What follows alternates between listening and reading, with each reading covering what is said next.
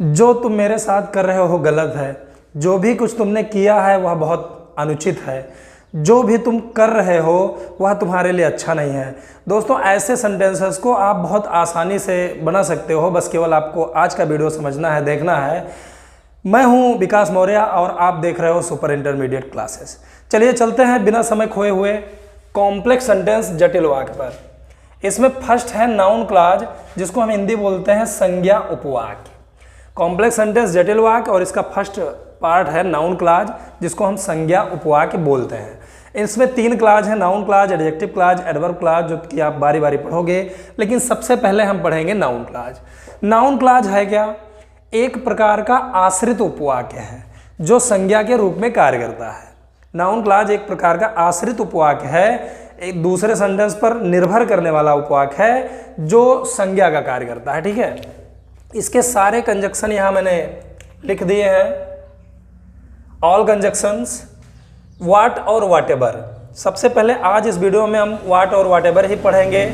What या whatever का मतलब जो या जो कुछ भी होता है, या कभी कभी यहाँ चाहे भी लिखा रहता है, चाहे जो कुछ भी हो। फिर दैट, ठीक है, दैट पढ़ेंगे हम क्रम अनुसार। इफ, वेदर की क्या, व्हाट की क्या, व्हाई की क्यों, वेयर की कहाँ, ऐसे ऐसे सारे लिखे हुए हैं। ये कंजक्शन आप अगर नोट्स बना रहे हो तो लिख लो, इनको डिस्क्रिप्शन में भी लिखा गया है और इसकी परिभाषा और इसके नियम कानून लिखे गए हैं, आप वहाँ से ले सकते हो। तो चलिए बिना समय खोए हुए हम समझते हैं सबसे पहले व्हाट और व्हाटएवर। जो उसने मेरे साथ किया है वह अक्षम्य है। तुम जो कर रहे हो वह सबके लिए अच्छा है। जो भी कुछ तुम कह रहे हो उस पर मैं विश्वास नहीं कर सकता हूं। तो दोस्तों, जो या जो भी कुछ जिस भी उपवाक्य में लिखा है या जिस भी उपवाक्य के ठीक पहले लिखा है वही आपका नाउन क्लॉज है। तो यहां पर देखिए, जो उसने मेरे साथ किया है, ये नाउन क्लॉज है, ये नाउन क्लॉज है और इस उपवाक्य पर निर्भर है। ठीक है, तो जो उसने मेरे साथ किया है वह अक्षम्य है। अब इसको हम बनाएंगे कैसे? दोस्तों, नाउन क्लॉज जब दूसरे उपवाक्य के सब्जेक्ट के रूप में प्राप्त हो जाता है तब हम नाउन क्लॉज को सब्जेक्ट के रूप में अर्थात वाक्य के पहले ही लिख देते हैं और दूसरे उपवाक्य से एक फेक सब्जेक्ट को नहीं लिखते हैं। जैसे समझिए, जो उसने मेरे साथ किया है वह अक्षम्य है। अक्षम्य यानी जिसका माफ़ी ना हो, जिसको क्षमा ना किया जा सके। जो उसने मेरे साथ किया है वह अक्षम्य है। तो दोस्तों, अक्षम्य क्या है? अक्षम्य क्या है? जो उसने मेरे साथ किया है, यही सब्जेक्ट है। और ये एक जो सब्जेक्ट के रूप में दिखाई दे रहा है ये फालतू चीज़ है, इसको हम नहीं लिखेंगे, क्योंकि जो उसने मेरे साथ किया है अक्षम्य एक्चुअली वही है जो उसने मेरे साथ किया है, तो वो सब्जेक्ट हो जाएगा। उसके बाद हमने हेल्पिंग वर्ब लिख देना है और अक्षम्य की अंग्रेजी हमने लिख देना है। तो चलिए चलते हैं, बनाते हैं। ये कंजक्शन है जो, तो इसके लिए हमने बस यूज कर देना है व्हाट। व्हाट इसको यूज कर देना है। अब उसने मेरे साथ किया है, ये प्रेजेंट परफेक्ट टेंस है, इसको बना लीजिए ही हैज। करना की अंग्रेजी डू होता है, उसका थर्ड फॉर्म डन हो जाएगा क्योंकि ये प्रेजेंट परफेक्ट है। व्हाट ही हैज डन, अब मेरे साथ, ठीक, what he has done to me. Do के साथ है, टू ज्यादा अच्छा रहता है डू के साथ। What he has done to me, जो उसने मेरे साथ किया है। किसी के साथ कुछ करना का डू टू लिखते हैं, ठीक है। अब ये नाउन क्लॉज है, एक्चुअली यही आपका नाउन क्लॉज है, What he has done to me, और यही सब्जेक्ट है। तो हमने क्या करना है, वह अक्षम्य है वह नहीं लिखना है, इसके साथ हमने है की इंग्लिश लिख देनी है इज। और अक्षम्य की अंग्रेजी होता है अनफॉरगिवेबल, अनफॉरगिवेबल, ठीक है। What he has done to me is unforgivable, ठीक है। तो इस तरह से आपको यहां पे बना देना है।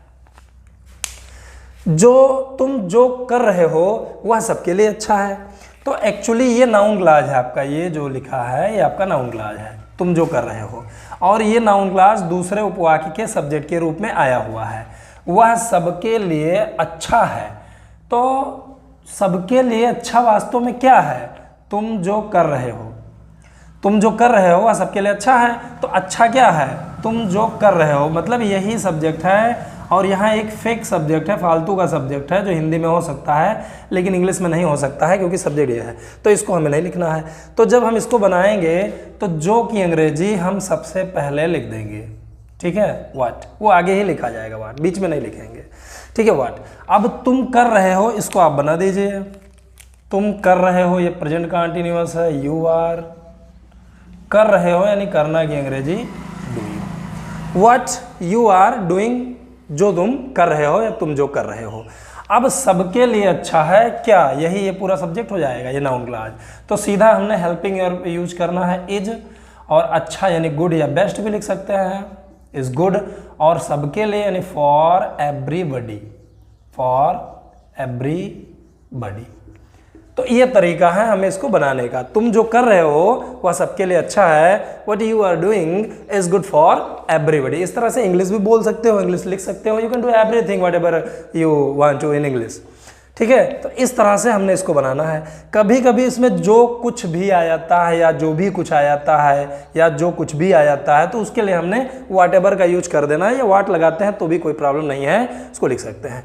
जो भी कुछ तुम कह रहे हो उस पर मैं विश्वास नहीं कर सकता, जो भी कुछ तुम कह रहे हो उस पर मैं विश्वास नहीं कर सकता, ठीक है। तो इसको जब हम बनाएंगे तो हमने जो कुछ भी की इंग्लिश लिख देना है व्हाट एवर, व्हाट एवर। अब तुम कह रहे हो, इसको आप बनाइए, तुम कह रहे हो यानी कौन कह रहे हो, तुम यानी यू, इसके साथ सहायक क्रिया लग जाएगा आर, और कहना की अंग्रेजी होता है से, उसमें हमने जोड़ देना है ing, whatever you are saying। और यही नाउन क्लॉज है दोस्तों, लेकिन ये नाउन क्लॉज एक्चुअली ऑब्जेक्ट के रूप में आया है, सब्जेक्ट के रूप में नहीं आया है। whatever you are saying, उस पर मैं विश्वास नहीं कर सकता, कौन विश्वास नहीं कर सकता, मैं। तो यहाँ पे एक्चुअली जो सब्जेक्ट है वो सब्जेक्ट नाउन क्लॉज में थोड़े आया है, तो सब्जेक्ट हो गया, तो ये जो नाउन क्लॉज है ये ऑब्जेक्ट के रूप में आया है। समझिए, जो भी कुछ तुम कह रहे हो उस पर मैं विश्वास नहीं कर सकता, कौन विश्वास नहीं कर सकता, मैं। विश्वास नहीं कर सकता किस चीज़ पर, जो भी कुछ तुम कह रहे हो उस पर। तो एक्चुअली ये ऑब्जेक्ट के रूप में आया है। आजकल की मॉडर्न अंग्रेजी में इसको ऐसे भी बना सकते हैं लाइन से, लेकिन बहुत अच्छा खासा नियम ये है कि अगर ये नाउन क्लॉज ऑब्जेक्ट के रूप में आता है तो ये पीछे चला जाएगा। तो इसको हमने ऐसे भी बना लेना है, I can't believe whatever you are saying, I can't believe whatever you are saying. इस तरह भी बन सकता है, लेकिन मॉडर्न इंग्लिश में इस तरह भी बनते हैं, बना देते हैं, मैं विश्वास नहीं कर सकता हूँ, इसको बनाइए आई can't believe it, I can't believe it. तो ये आपका बना, जो भी कुछ तुम कह रहे हो उस पर मैं विश्वास नहीं कर सकता, whatever you are saying I can't believe it. लेकिन जब ये नाउन क्लॉज ऑब्जेक्ट के रूप में आ जाता है तो इसको इस तरह भी बनाने से ज़्यादा अच्छा रहेगा। मैं विश्वास नहीं कर सकता, यानी पहले सब्जेक्ट लिखिए I can't believe whatever you are saying, ठीक है। तो इस तरह आपका सेंटेंस बन गया। अब यहाँ आप देख सकते हो क्लियरली कि ये नाउन क्लॉज है, यही आपका नाउन क्लॉज है। इस तरह आप जान जाओगे कि वास्तव में नाउन क्लॉज होता क्या है। What he has done to me noun clause है, What you are doing noun clause है, Whatever you are saying noun clause है। तो इसको हम नाउन क्लॉज बोलते हैं। कारण चाहे जो कुछ भी हो वह बिना नमस्ते बोले चला गया, कारण चाहे जो कुछ भी हो वह बिना नमस्ते बोले चला गया। तो कभी कभी जो कुछ भी के साथ चाहे भी जैसा शब्द आ सकता है, उसके लिए हमने वॉट एवर का ही यूज़ करना है, लेकिन हमने पहले इसी को लिखना है, चाहे जो कुछ भी यानी what ever, what ever, what ever. अब कारण हो तो ये सब्जेक्ट हो गया कारण, द रीजन, और हो यानी is, whatever the reason is, ठीक है। लेकिन थोड़ा सा यहाँ पे ये ध्यान रखिए कि वह बिना नमस्ते बोले चला गया, ये पास्ट टेंस में है, तो पास्ट टेंस में है तो हमने यहाँ पर वाज लिख देना ज़्यादा अच्छा रहेगा, क्योंकि पास्ट टेंस में है तो कारण पास्ट टेंस में रहा होगा, तो पास्ट टेंस में यूज करना ज़्यादा अच्छा है। कारण चाहे जो कुछ भी हो, मॉडर्न इंग्लिश में इज भी लिख देते हैं, कोई दिक्कत नहीं, लेकिन थोड़ा ग्रामर का भी ख्याल रखिए तो अच्छा रहेगा। और यहाँ पे माइट भी हो सकता है, कारण चाहे जो कुछ भी हो वह बिना नमस्ते बोले चला गया, तो इनको एक्चुअली कारण पता ही नहीं है, इसमें एक तरह से संभावना की बोध हो रही है कि पता नहीं कौन सा कारण हो भैया, हमें क्या पता। तो यहाँ पे माइट भी लिखा जा सकता है, तो उसके लिए चौंकिएगा नहीं, लेकिन वाज यहाँ पे सही है, कोई दिक्कत नहीं है।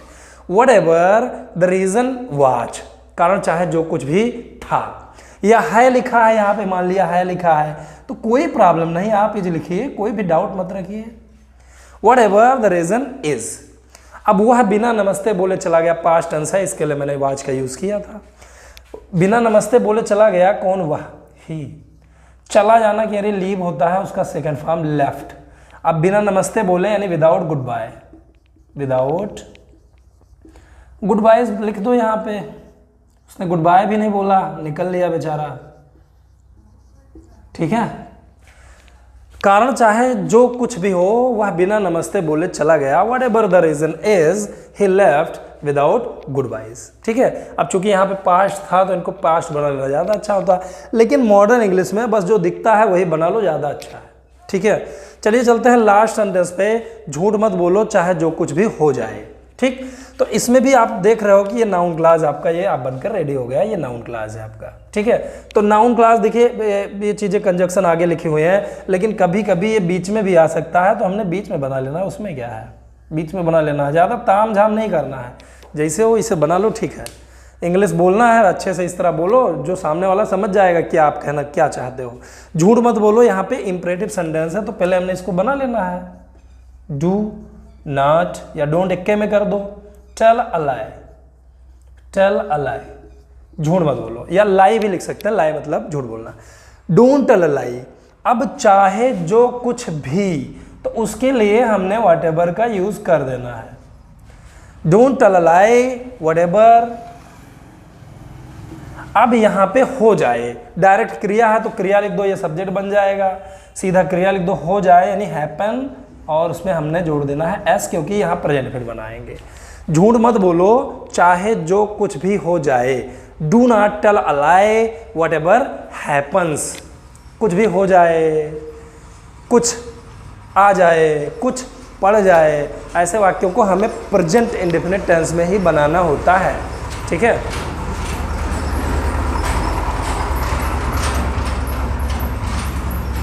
तो दोस्तों इस सेंटेंस में नाउन क्लॉज एक्चुअली थोड़ा सा पीछे है, यहाँ पे है, तो ये नाउन क्लॉज है, ये नाउन क्लॉज है।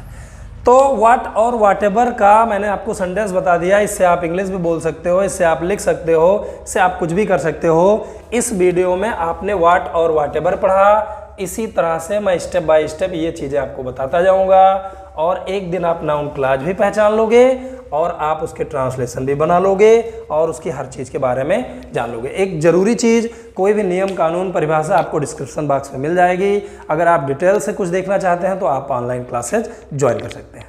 Thanks for watching.